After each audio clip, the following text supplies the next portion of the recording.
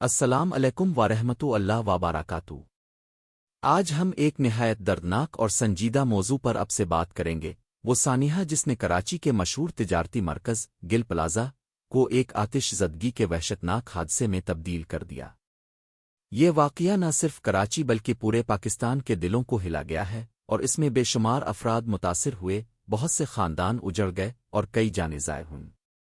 یہ واقعہ 17 جنوری 2026 کی رات تقریباً 10:15 بجے پیش آیا، جب کراچی کے وسط میں واقع گل پلازا شاپنگ مال میں اچانک ایک بڑی آگ بھڑک اٹھی۔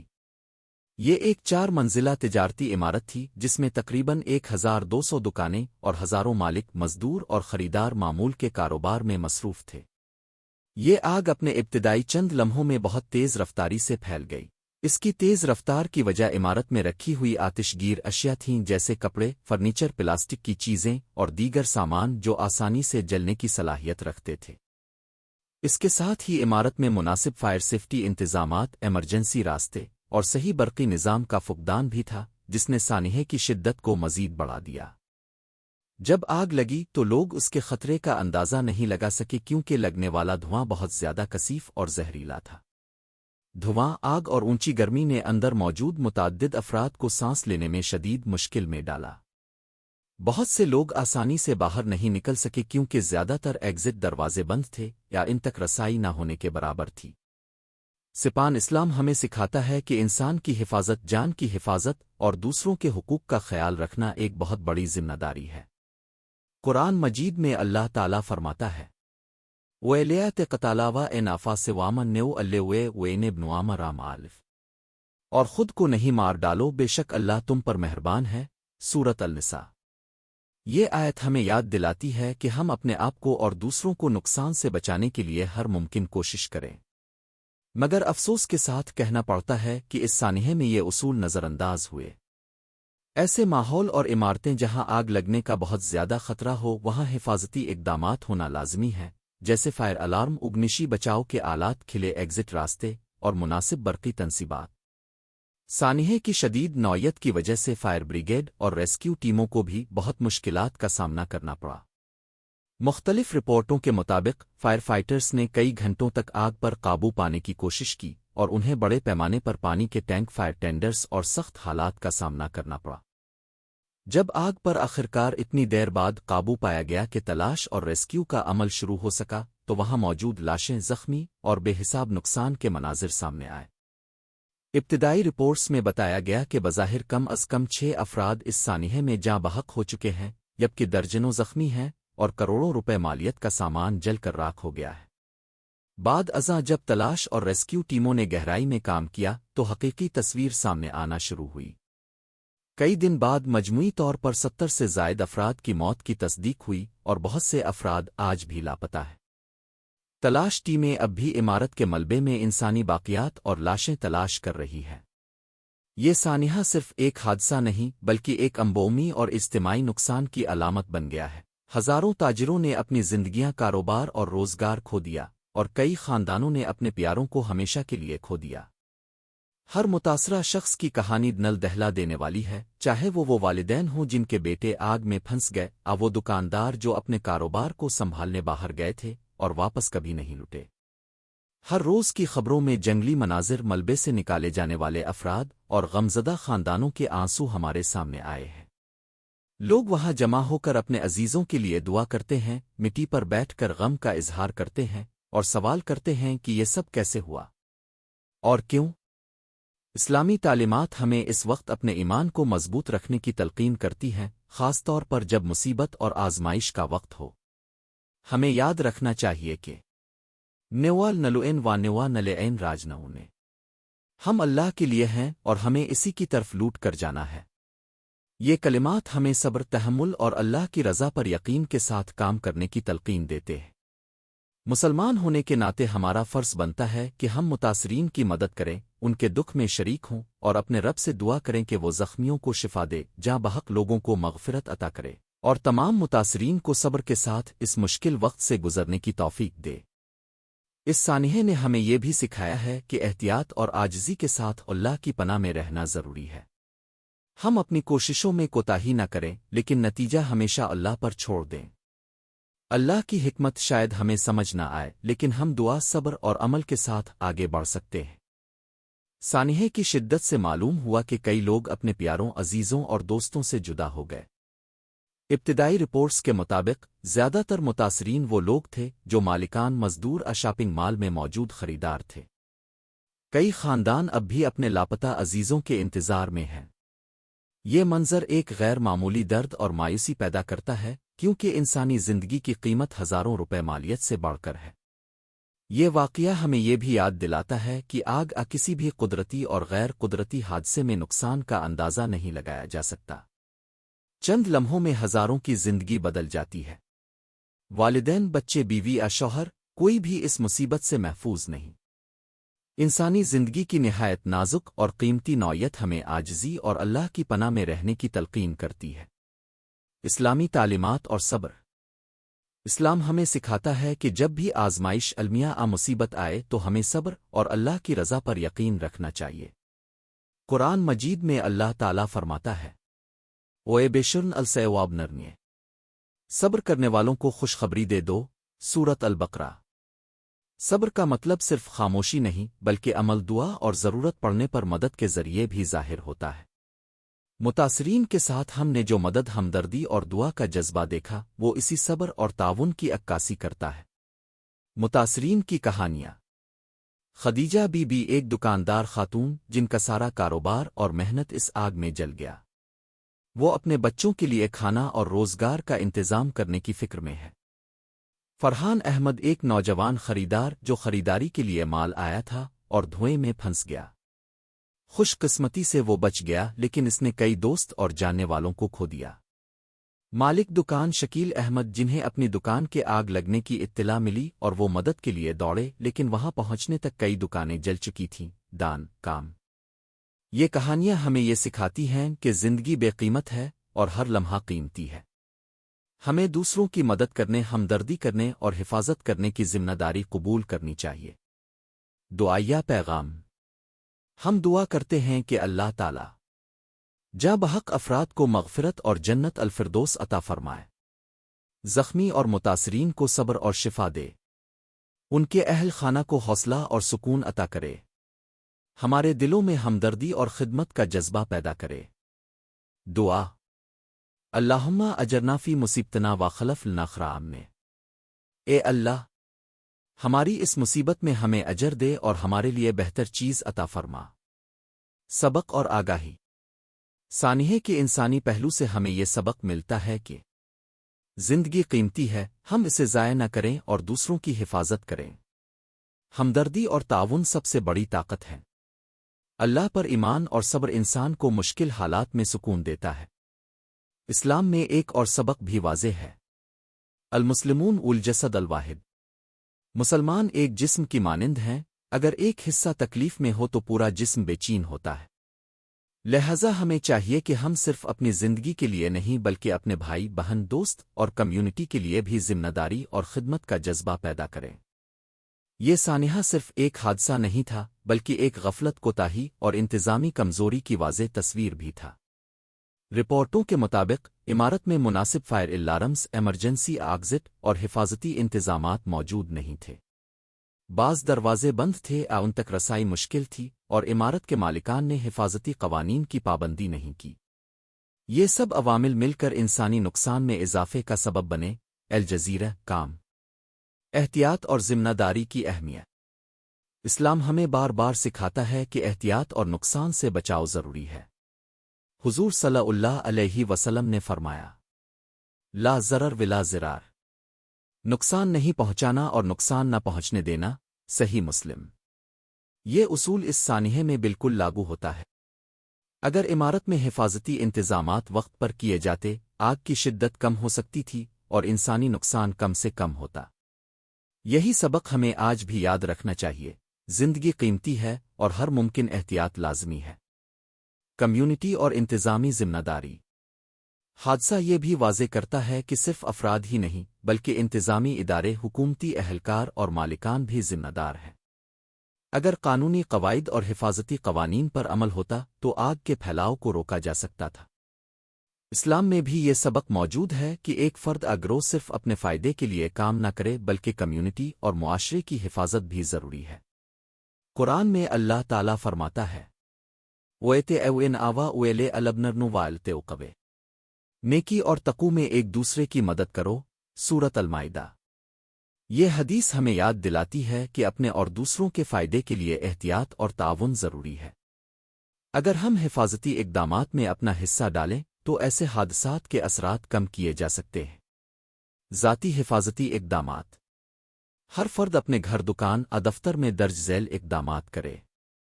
فائر الارمز اور ڈیٹیکٹرز لگائیں۔ ایمرجنسی ایگزٹ واضح اور کھلے رکھیں۔ بچوں اور کمزور افراد کو آگ کے خطرے سے آگاہ کریں۔ فائر فائٹنگ آلات جیسے اگنشی بال، پانی کے ٹینک آگ بجھانے کے چھوٹے آلات دستیاب رکھیں۔ ایمرجنسی پلان تیار کریں اور خاندان/کمیونٹی کو سکھائیں۔ یہ اقدامات نہ صرف ہماری زندگی بچاتے ہیں بلکہ دوسروں کی حفاظت کا ذریعہ بھی بنتے ہیں۔ کمیونٹی کی خدمت اور ہمدردی: سانحے کے بعد کمیونٹی کی جانب سے امدادی کاموں نے بھی ایک مثالی جذبہ خدمت دکھایا۔ لوگ زخمیوں کی مدد کر رہے تھے، متاثرین کے لیے کھانا اور پانی پہنچا رہے تھے اور دعا کے ساتھ ساتھ عملی تعاون بھی کر رہے تھے۔ یہ ہمیں یاد دلاتا ہے کہ مسلمان ایک جسم کی مانند ہے۔ المسلمون الجسد الواحد۔ مسلمان ایک جسم کی مانند ہیں، اگر ایک حصہ درد میں ہو تو پورا جسم بے چین ہوتا ہے۔ لہذا صرف اپنے لیے نہیں بلکہ کمیونٹی، دوستوں، پڑوسیوں اور معاشرے کے لیے بھی ذمہ داری قبول کرنا ضروری ہے۔ اسلامی نصیحت اور دعا: اس سانحے سے سبق حاصل کرنے کے لیے ہمیں چاہیے کہ ہم اپنے ماحول اور رہائش گاہ میں حفاظتی انتظامات کریں، اپنے بچوں اور خاندان کو آگ کے خطرات کے بارے میں تعلیم دیں، دوسروں کی مدد اور ہمدردی کو عادت بنائیں۔ اللہ تعالیٰ سے دعا کریں کہ مصیبت سے حفاظت، عقل اور ہمت عطا فرمائے۔ دعا: اللہم احفظنا من المصب وفقنا للسلام والہم فی العمل۔ اے اللہ، ہمیں ہر مصیبت سے محفوظ فرما اور ہر عمل میں ہمیں حفاظت اور حکمت عطا فرما۔ نتیجہ اور سبق: سانحہ گل پلازہ ایک سبق آموز واقعہ ہے۔ یہ ہمیں یاد دلاتا ہے کہ زندگی قیمتی ہے اور حفاظت لازمی ہے۔ قانونی اور انتظامی ذمہ داری سے غفلت نقصان کا سبب بنتی ہے۔ ہمدردی اور کمیونٹی کی خدمت میں قوت اور سکون ہے۔ اسلامی تعلیمات میں صبر، احتیاط اور ذمہ داری پر بار بار زور دیا گیا ہے۔ اگر ہم یہ اصول اپنے زندگی میں اپنائیں تو ایسے سانحات کے اثرات کم کیے جا سکتے ہیں اور ہم اللہ کی رضا اور حفاظت حاصل کر سکتے ہیں۔ سانحے کے بعد بہت سے لوگ جو زخمی یا لاپتہ تھے، انہیں صرف آگ کے خطرے سے نہیں بلکہ سردی، پانی اور دیگر مشکل حالات کا بھی سامنا کرنا پڑا۔ متعدد ریسکیو اہلکار، رضاکار اور عام شہری کئی گھنٹوں تک برف اور سردی میں کام کرتے رہے تاکہ لوگوں کو محفوظ نکالا جا سکے۔ اسلام میں بھی صبر اور ہمت پر بار بار زور دیا گیا ہے۔ قرآن میں اللہ تعالیٰ فرماتے ہیں وَإِلَنَبْلَوَيْنَوْ بِنْشَيْءٍ مِّنَ الْخَوْفِ وَالْجَوْعِ وَإِنْقَصٍ مِّنَ الْمَوَالِ وَالْأَنْفُسِ وَالْثَمَرَاتِ وَبَشِّرِ الصَّابِرِينَ۔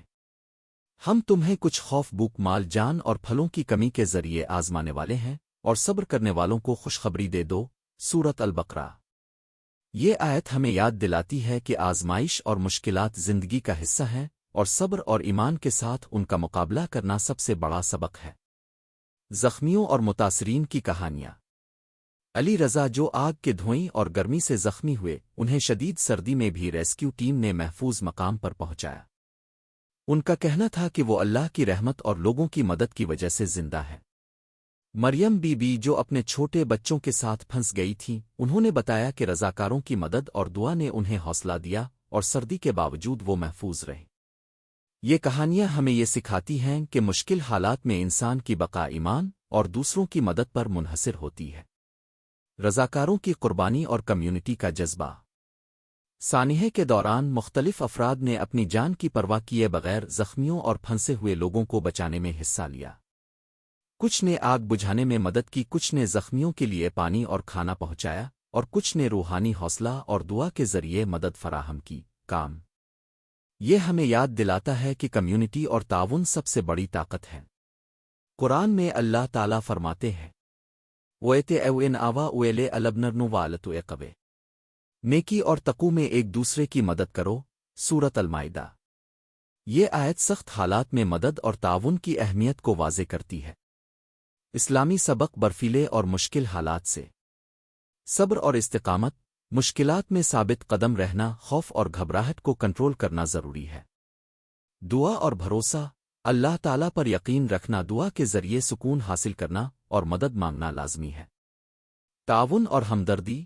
ایک دوسرے کے لیے کھڑا ہونا، ضرورت مندوں کی مدد کرنا اور معاشرتی ذمہ داری نبھانا۔ ایک معروف حدیث میں آتا ہے، المسلمون الجسد الواحد ذا اشتکیمو عضو تدال سائر الجسد بالسہر والحمی۔ مسلمان ایک جسم کی مانند ہیں، اگر جسم کا ایک حصہ تکلیف میں ہو تو پورا جسم بے چین ہوتا ہے۔ یہ سبق ہمیں یاد دلاتا ہے کہ مشکل حالات میں ایک دوسرے کا سہارا بننا اور مدد فراہم کرنا انسانی اور اسلامی فریضہ ہے۔ حفاظتی اقدامات۔ برف اور موسم کی شدت کے لیے۔ اگرچہ کراچی میں آگ کے وقت سردی شدید نہیں تھی، لیکن ریسکیو ٹیموں اور رضاکاروں نے جو مشکلات برداشت کیں وہ ہمیں یاد دلاتی ہیں کہ ہر آفت مشکل موسم میں احتیاط اور تیاری ضروری ہے۔ چند اہم اقدامات یہ ہیں۔ رضاکار اور عام لوگ گرمی سردی کے خلاف حفاظتی لباس پہنیں۔ زخمیوں اور متاثرین کے لیے فوری امدادی کیمپ قائم کریں۔ پانی، کھانا، کمبل اور ابتدائی طبی سامان تیار رکھیں۔ کمیونٹی کے افراد کو ایمرجنسی پلان سکھائیں اور مشق کروائیں۔ یہ اقدامات صرف عملی ضرورت نہیں بلکہ اسلامی ذمہ داری بھی ہے، کیونکہ انسان کی جان کی حفاظت سب سے بڑی اہمیت رکھتی ہے۔ دعائیہ پیغام اور حوصلہ افزائی۔ ہم دعا کرتے ہیں کہ اللہ تعالی زخمیوں کو شافی اور محفوظ رکھے، جاں بحق افراد کو مغفرت اور جنت الفردوس عطا فرمائے، ریسکیو اہلکاروں اور رضاکاروں کو حفظ اور قوت عطا فرمائے، معاشرے میں ہمدردی، خدمت اور تعاون کا جذبہ بڑھائے۔ دعا۔ اللہم اشفن المصابین وارزق زہم الصبر والقو و امہنا جمع آلف القدر علی تقم علم سائد۔ اے اللہ، زخمیوں کو شفا دے، اہل خانہ کو صبر عطا فرما اور ہم سب کو مدد کرنے کی طاقت دے۔ نتیجہ اور سبق۔